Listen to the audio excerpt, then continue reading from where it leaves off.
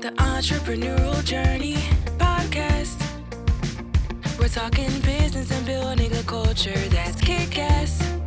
Where we make it happen, grab your seat, let's have a blast.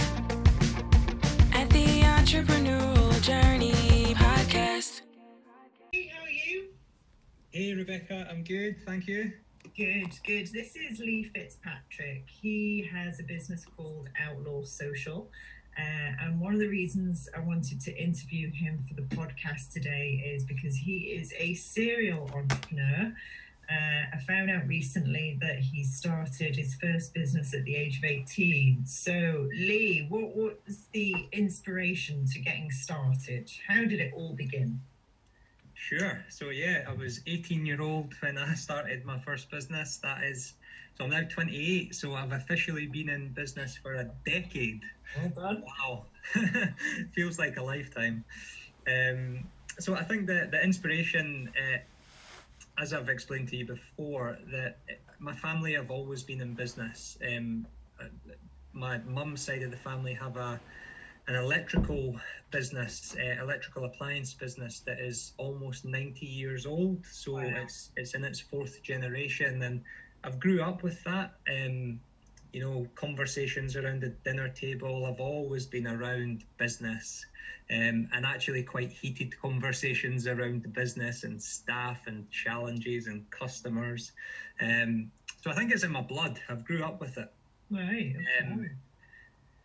But in terms of I think the initial spark was when, I was on a academic golf scholarship when I think I started that when I was 16. I was a really keen golfer, had huge ambitions to be over in America on a scholarship. And I think that the golf scholarship really set the tone for me going all in. When I'm passionate about something, I really go all in, and I can, I've got memories of spending probably 18 hours a day, if I could, in summer on a golf course. No.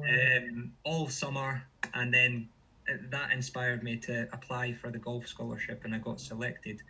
So that was a great period in my life, but I think the novelty and probably real life started to hit as I looked at career options. And at that time, when I was leaving the golf scholarship, I was 18. I got introduced to a chap who became my first boss, and his name was Vincent, and he was this flamboyant, vibrant, charismatic Frenchman.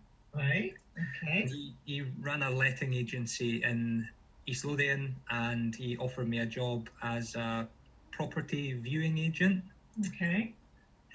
Worked there for 6 months, and he gave me the opportunity to become branch manager. And at around that point, we were having some problems with recruiting cleaners and maintenance companies to get the properties ready to go on the market for rent. And I had this kind of idea that, could this be done better? There must be a company that exists that does all of these things and makes it really easy for people like me who work in a letting agency. And I think the answer was no. There wasn't a company who was doing it all. So I mulled it over, and after a couple of months I approached Vincent, and I basically says, what do you think of this idea? And he basically turned around and says, I think you should start up a business that does that. Okay. And he encouraged, he encouraged me. You've gone from being a professional golfer to deciding that wasn't for you, to finding yourself in the property industry, and then to thinking, right, there's a gap here in the market that I can fill. Now, not everybody would be thinking like that at all. So what was going through your head when you saw what needed to be done? You saw those gaps, because some people would see those gaps and then do nothing about it. So what was it, do you think, that spurred you on to actually do something about that?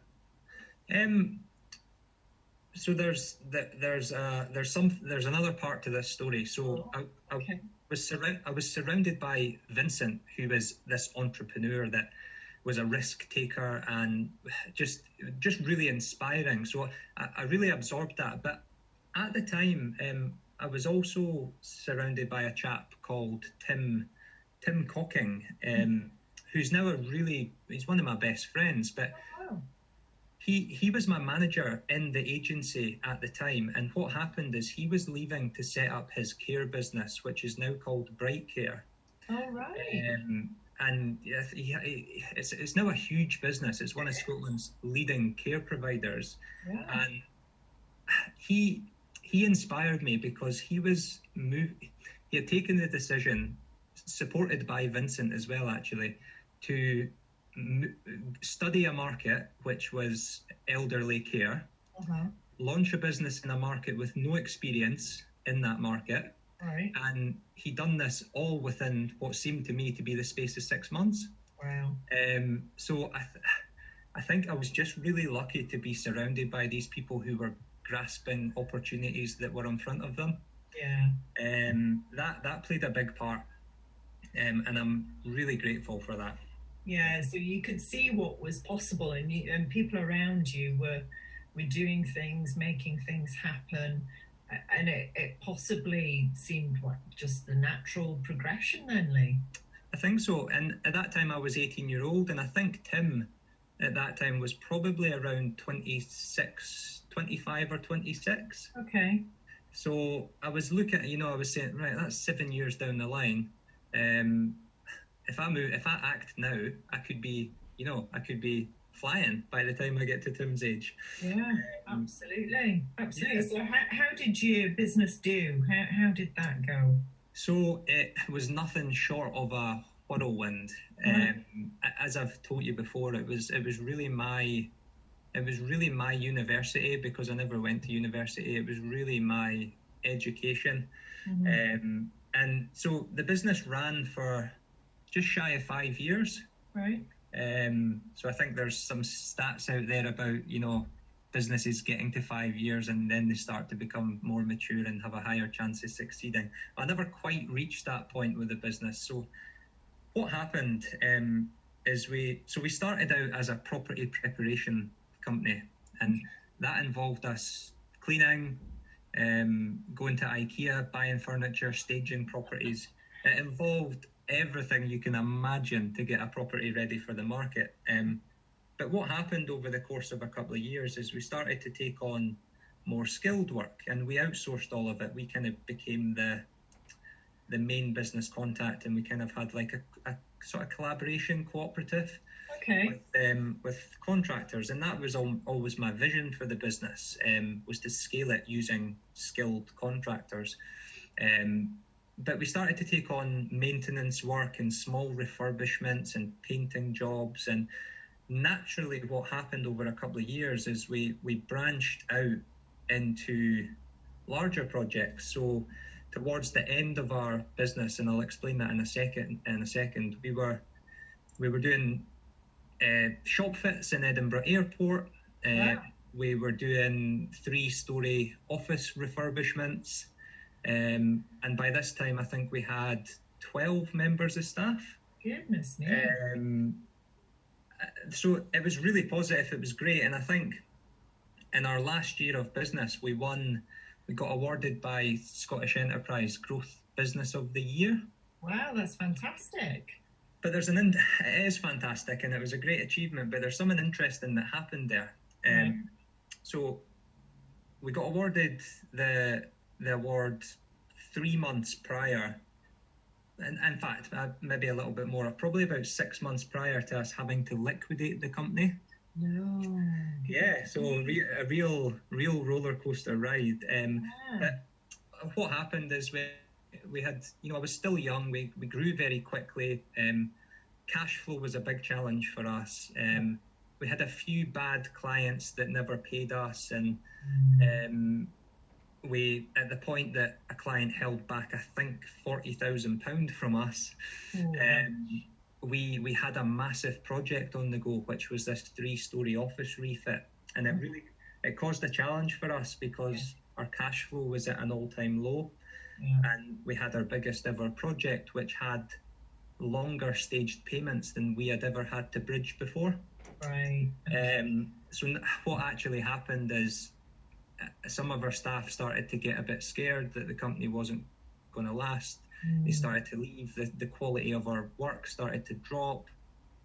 And ultimately, myself and my business partner at the time, we had to sit down and say, what are we going to do here? Is there a way out, or do we have to pay what we owe and close the business down? And at that point, we were really stressed. We had never dealt with this sort of thing before.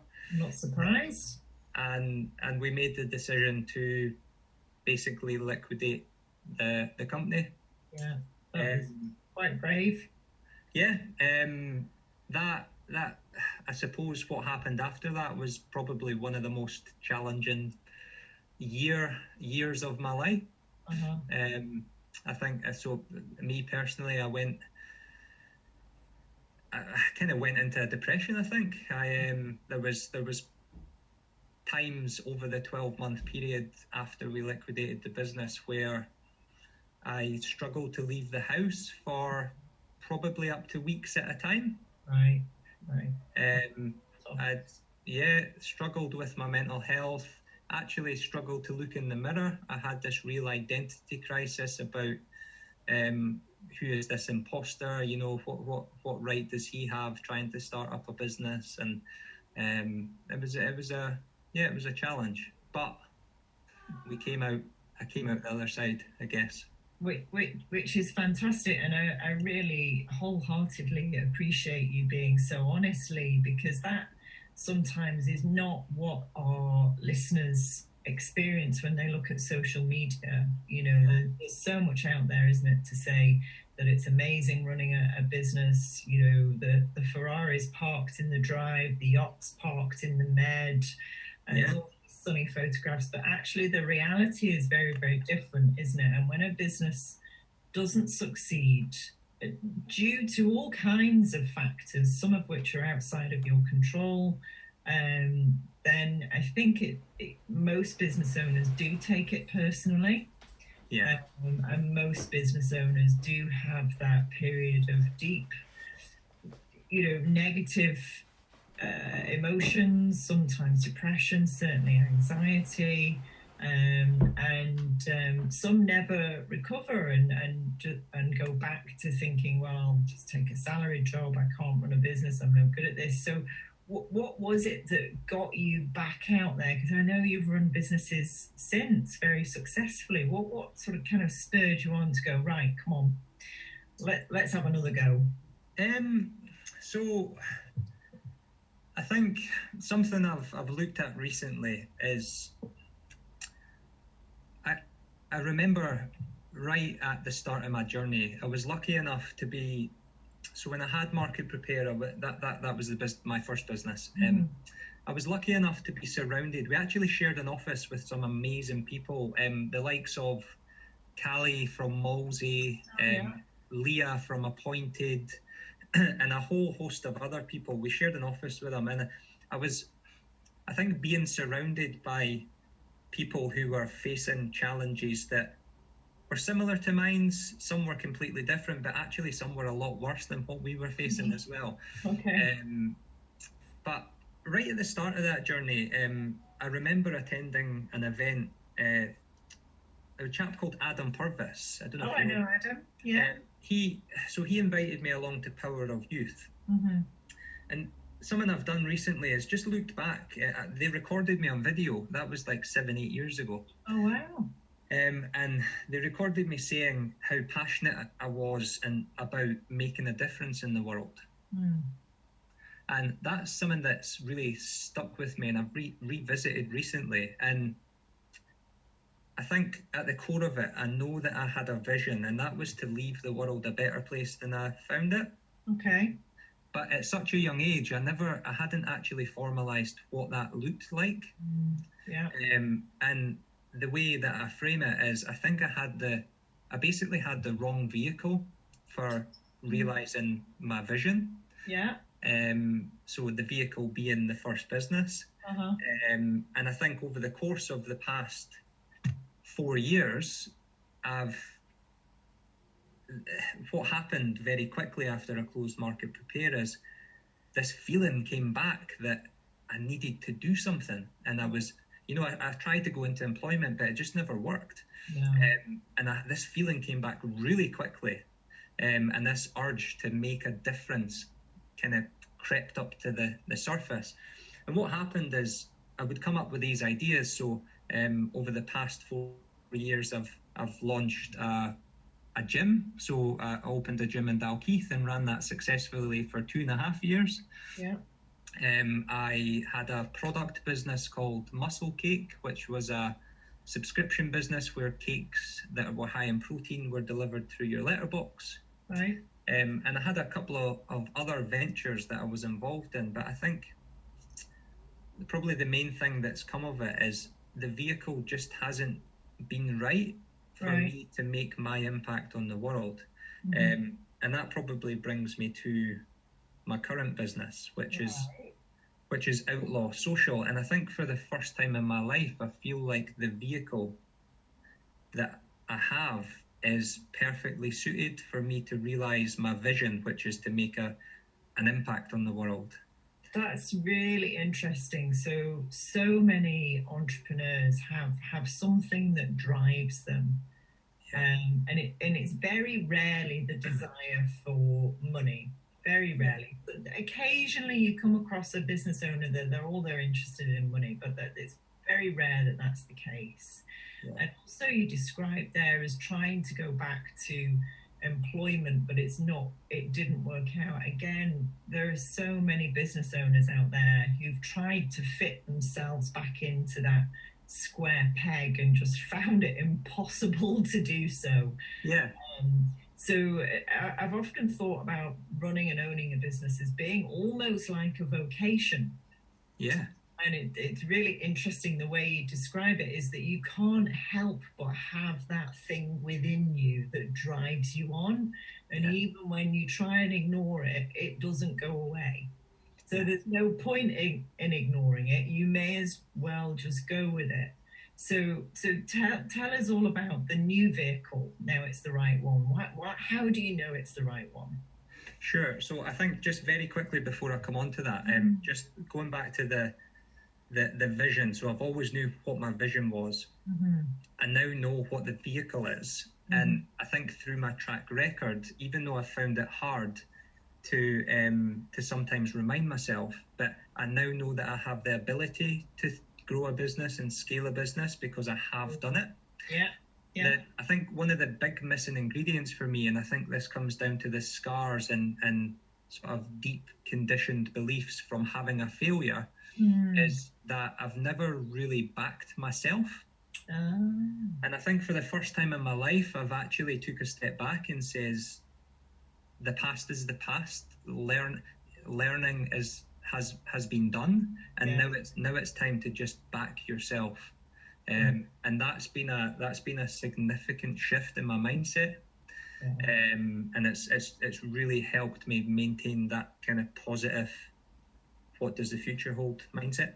Absolutely, it's so important, and it's wonderful that you've come to that realization now, because sometimes people never get there, or it takes them 20, 30 years, but that's absolutely fantastically that you now back in yourself, you now believe in yourself, because absolutely you are doing it. You are already building and growing a business again, which is really good. Right, well, tell us about the vehicle. Sure.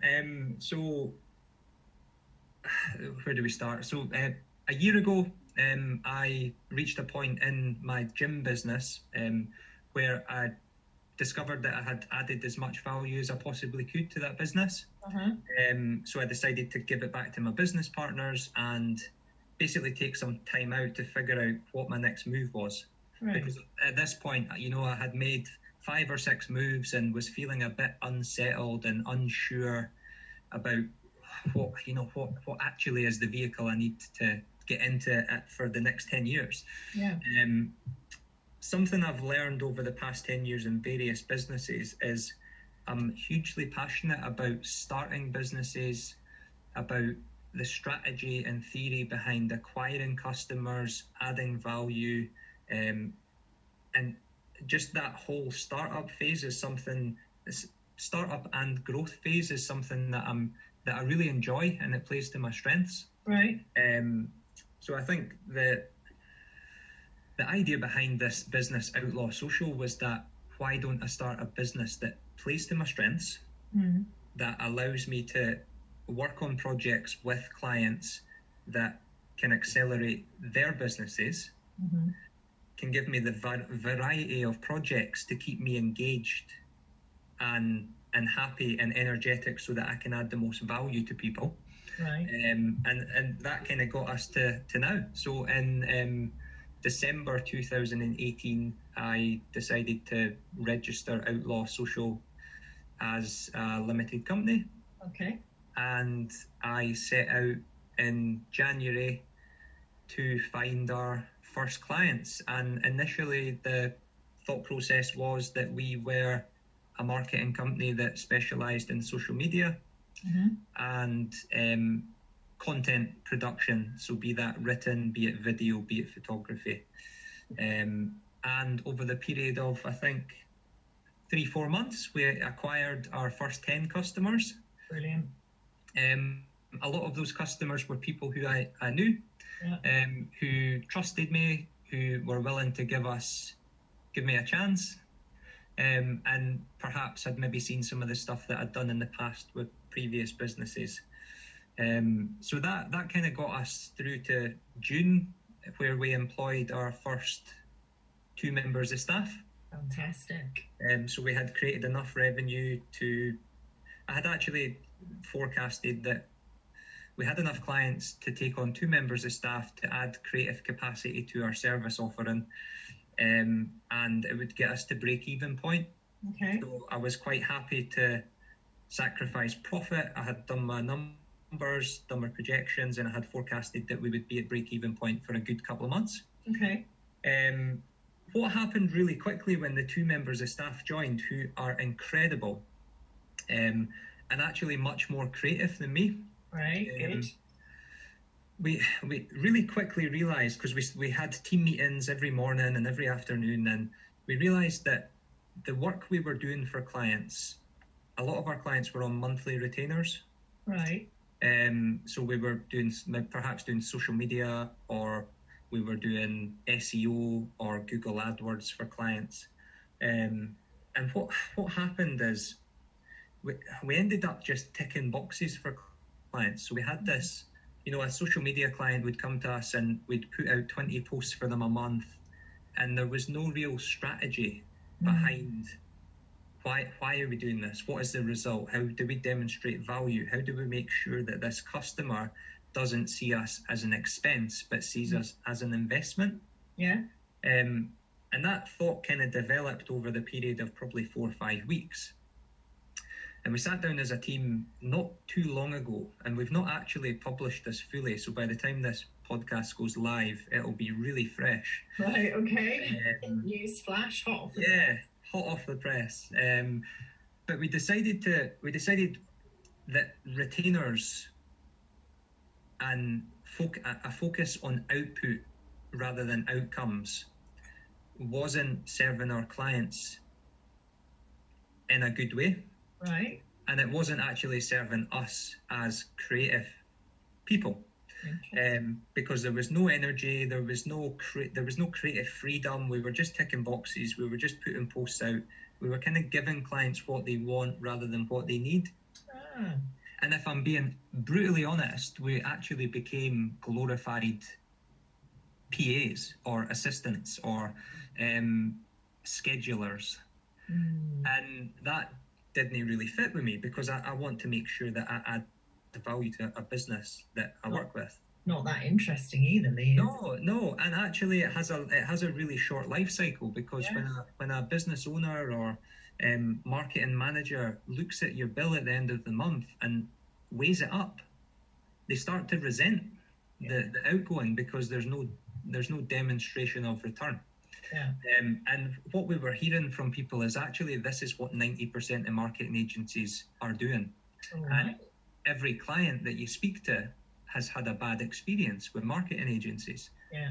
They've never been able to demonstrate results or, become an extended arm of the business. It's more this agency client barrier, and it's a bit of a clash. So we sat down as a team and we decided that we were going to reposition ourselves as the anti-retainer agency. Okay. So we've reframed ourselves as the 90-day campaign agency. And basically, we arrived at 90 days as being the optimal amount of time for us to go in energetically and solve a particular or the most pressing pain point for a client, which, for example, might be we need to acquire 100 new customers over the next 90 days. Okay. And it allowed us to just remove the fluff and remove the crap and have honest conversations with our clients about, if this is your goal, this is exactly what we need to do to achieve that goal. Okay. And this is how we're going to this is how we're going to actually achieve it, and this is how we're going to demonstrate a return on your investment. So basically, the 90-day campaign agency was born last month. Wow. In July, and it goes live in the next 2 weeks. Oh, how exciting! That's very exciting. But it almost feels like a switch has been flicked, because we've started to tease out the 90-day campaign solution to some clients that have inquired to us, and the response has been incredible. Brilliant. So I think our success rate has been about 70%. In terms of conversion, but actually just the conversations, it's nice to have a conversation that's honest, direct, and full of energy with a client. And I think that's really refreshing. So we're really excited as a team to see what comes next. That is really exciting. And then what happens after the 90 days when you've achieved what you want to achieve for the client? What happens next? Well, so there's 3 stages to a 90-day campaign. So before we accept a client onto a 90-day campaign, we have what's called a 30-day warm-up. And within that warm-up period, we take care of everything that would slow down a campaign at the start. So we fully onboard them. We have what's called a warm-up discovery session. Sorry, I'm just going to have a little drink. No, far away. That's okay. I know you've been busy in meetings all afternoon. Getting new clients on board, so appreciate your time massively. Not a problem. So within that discovery session, it's really just a conversation, and what we're sorry, I've got a cough. We're gonna wear you out at this rate, Lee. You just get yourself a drink of water. I can always pause the recording here, so don't worry about that. Okay, Lee, you've had a drink of water. You got your voice back. What happens after the warm-up period?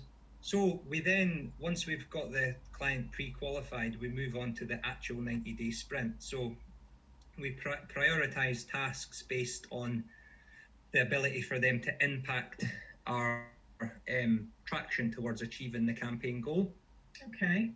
Then as we work through the actual campaign over the 90 days, we're recording data, we're basically optimizing the campaigns, and then what happens is we provide the client with a debrief that presents them with the outcomes, so what we've achieved, what we've learned, what potential we have for future campaigns. Okay. And then we give them the opportunity to re-engage with us on a completely new 90-day sprint. Okay. So how does that business enable you to leave the world in a better place than which you found it? Great question. So I think our unique selling point ultimately attracts businesses that are interested in making an impact on the world themselves. I see. That have big growth ambitions and really want to accelerate their business. And I think by us using our skill sets to help them grow their business quicker to make an impact quicker, it kind of achieves my vision. Right.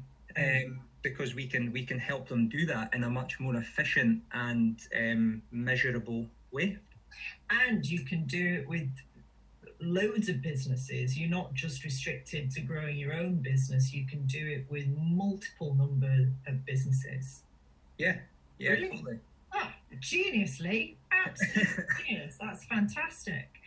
So your honesty has been absolutely brilliant, Lee. I really, really appreciate that. And I think, if anybody is experiencing difficulties out there, mental health issues due to stress, anxiety, whether their businesses failed or whether they're simply overwhelmed, then I think it's important that they know they're not alone. And it's certainly not a reflection of them as a human being. From your description, businesses like a roller coaster, got some incredible highs and some pretty tough lows. Who do you look to for your inspiration and energy, Lee? Where do you fill up your cup? Well, what just very quickly, just on the mental health thing, if it's okay, Rebecca. I think what I've really learned is business leaders need to share more of the raw behind the scenes stuff. Yeah.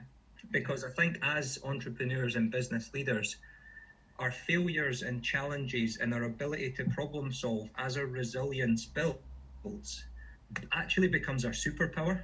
Yeah, you're right. And it's only recently that I've started to embrace that. And I think what probably lacked a few years ago for me was that no one was sharing openly. So I felt isolated, I felt like I was my world was collapsing around me while my business was getting liquidated and everybody was successful. But what I've came to realize is that actually everyone has their own problems. Yeah. And the more that we can share as business leaders, it can just be so powerful. But it can take a bit of time to actually realize that. And I think that's why a support network is really important. Yeah, definitely. Yeah. But in terms of who inspires me, I think inspiration for me comes quite close to home locally. I mentioned these guys right at the start. But I've been surrounded with people like Callie from Molesey and Bruce from Future X and Leah from Appointed, and loads of other people like that for pretty much 10 years now. Yeah. And what has been a huge inspiration for me is just their persistence and resilience. Some of these guys have been chipping away at the same business for almost a decade. Yeah. And it's just so inspiring, the roller coaster that they've been on, and to know that they're still pushing on towards their ultimate goal. Yeah. Is just really powerful. So I tend to look quite close to home for inspiration. Yeah, good. So you're launching the new 90-day product, which sounds amazing, and I'm sure will be phenomenally successful. Have you looked beyond Outlaw socially, or you for the time being? Well, I think in terms of what comes next for me, I've got a few milestones that I want to hit. I think the first one for me is I've found the vehicle that works. And I know that because we've got validation, we've got clients that we've done a great job for. Yeah. So I think in the next, 2, 3, 4 years, for me, it's about the pursuit of performance marketing excellence. Okay. It's probably the best way to explain it. I think just one day at a time, one client at a time, figuring out the technicalities of how we can accelerate the growth of businesses in the most efficient way. Yeah. And that's going to be a really steep learning curve, and I'm going to have to dig quite deep to really discover how we add the most value. So I think the next 3, 4, 5 years is just about getting into the detail and just doing a great job. Right. Probably alongside that is just getting comfortable with sharing my journey. I had some big challenges during childhood, and I've had some big challenges during my time in business, and I'm still here to tell the story. So I think I really want to just help other people on their journeys, so encouraging other young leaders to take the leap, and I think more importantly to be kind to themselves along the way. So I'll be exploring hopefully how I can share that story and take up speaking opportunities like this and stuff like that. Brilliant. I think finally it's just figuring out how I can be the best leader that I can be, leading by example. I think as our agency grows, our team grows, I think particularly because we work in the digital world, I'm starting to feel a bit of a responsibility to lead by example in terms of helping our staff lead a sort of good work-life balance, how to be good humans, how to share their story and make an impact, and I think also mainly how to use social media in a way that is not detrimental to their health. Because I think that's going to be a theme that's going to evolve quite a lot and come into the limelight over the next decade, is the actual consequence of being on our digital habitat so much. I think you're right. I think that responsible business growth is the key to doing business in the 21st century, isn't it? Is that you know, it's not growth at all costs, but it's like you say, being a good human being, making sure that you do it in a way that you're not all stressed out to the max and burnt out. You have a reasonable balance. We all know as business owners, you always do that extra because it's your business.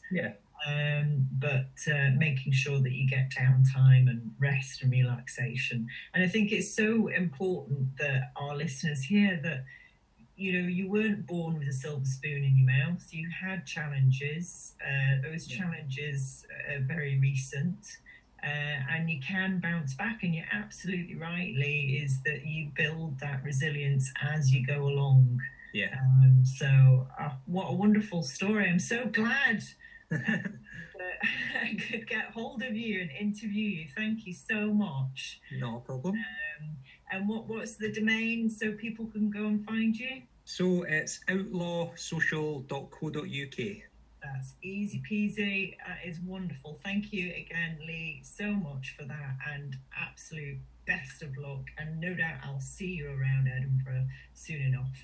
Thank you so much. And sorry that I almost had a coughing fit. Well, I did have a coughing fit. I'm glad we got through it. No problem. You take care. Have a great evening. Rebecca. Thank you. The Entrepreneurial Journey Podcast. We're talking business and building a culture that's kick-ass. Where we make it happen. Grab your seat, let's have a blast. At the Entrepreneurial Journey.